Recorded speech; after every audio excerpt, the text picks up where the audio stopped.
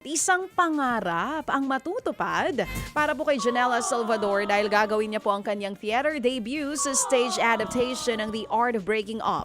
Batay po sa best-selling book na Kung Paano Maghihiwalay. Gagampanan ni Janela ang karakter na si Lou sa dula po na mapapanood mula November 6 hanggang December 6 sa PETA Theater Center. Ayon po sa aktres, matagal na niyang pangarap ang makatuntong sa entablado dahil lumaki siyang nakikitang nagtateatro ang kanyang ina na si Janine Desiderio. Dagdag pa niya, natural lang na masakit ang hiwalayan at mahalagang harapin at damhin ang lahat ng emosyon sa halip na takasan ito. Nangako naman po ang produksyon ng isang natatanging karanasan sa pamamagitan po ng Theater in the Round na entablado kung saan mapapanood ng mga manonood ang dula mula po sa iba't ibang anggulo.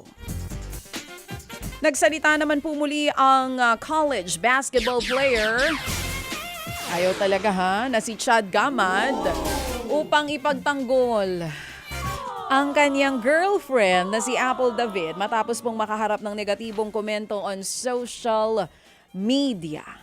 Nagsimula pong issue matapos pong magbahagi si Chad ng mga larawan ni Apple bilang pagdiriwang ng National Girlfriend's Day kung saan umani po ito ng mapanlait na comments mula po sa netizens.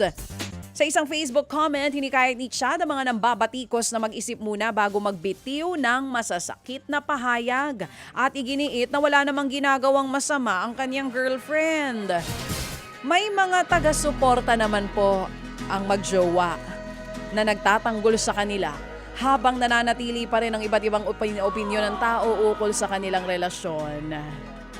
Nauna nang ipinahayag ni Apple na alam nila ang mga panghusga dahil nga sa kanilang edad.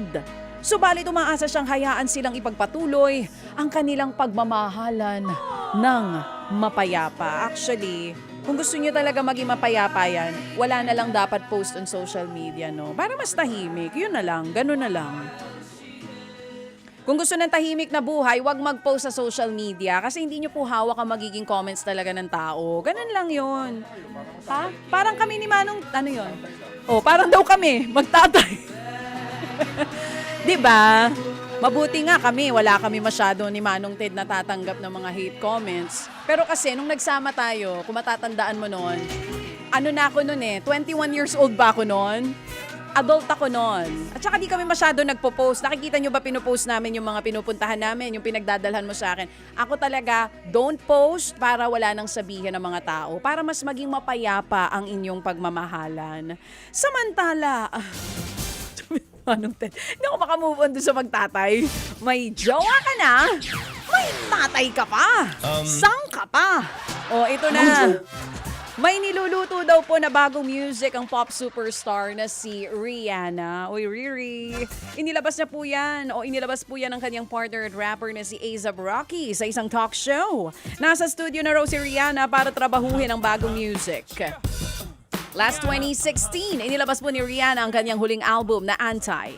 Bagamat hindi pa naglalabas ng song si Rihanna, active pa rin po siya on showbiz.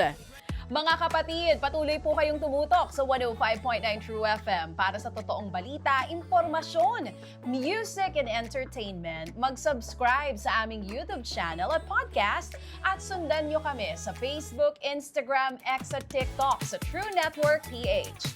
Bisitahin din po ang aming official website, truefm.ph. At panoorin din kami sa True TV Signal, Channel 19. Kami po ang 105.9 True FM. Laging true sa'yo, kapatid.